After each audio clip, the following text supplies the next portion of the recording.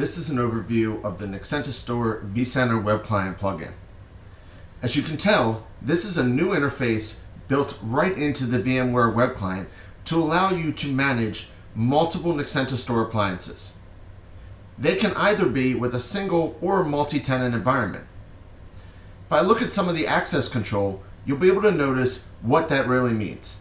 I can have multiple different tenants with different rights for each of the appliances, and I can tell each appliance when they're registered who gets what access.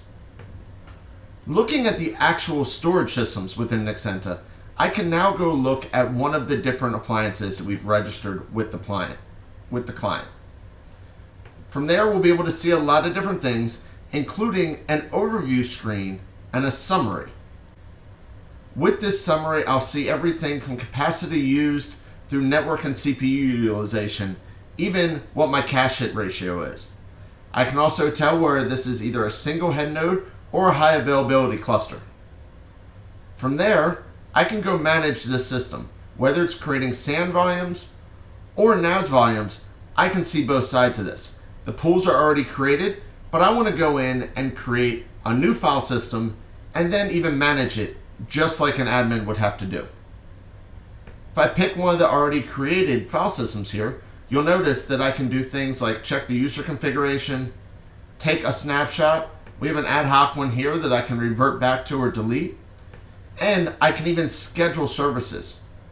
So when I go in, I can set it as either a snapshot, maybe on a daily basis, or for replication if I want to go to a secondary site. To do this, I simply create a schedule, tell it I want to go daily, how often, when I want to run, and I can add the schedule. Once I've done that, I have a new snapshot schedule created. Now this is great if you want to manage it from within the NexentaStor interface. But nicely, we've also added in one more piece just to make life a little easier. This host and cluster screen is where many VMware admins are going to spend their time. So we wanted to make it as easy as possible to be able to access it. Simply right-click on a cluster or even a host, and we've added in the NexentaStor vCenter plugin actions. From here, we can go ahead and create a new data store, just like you would with a normal data store that you're creating anywhere else in VMware. We simply figure out where you want to put it, tell it whether you want a VMFS data store or NFS. We'll go with NFS this time. Give it a name.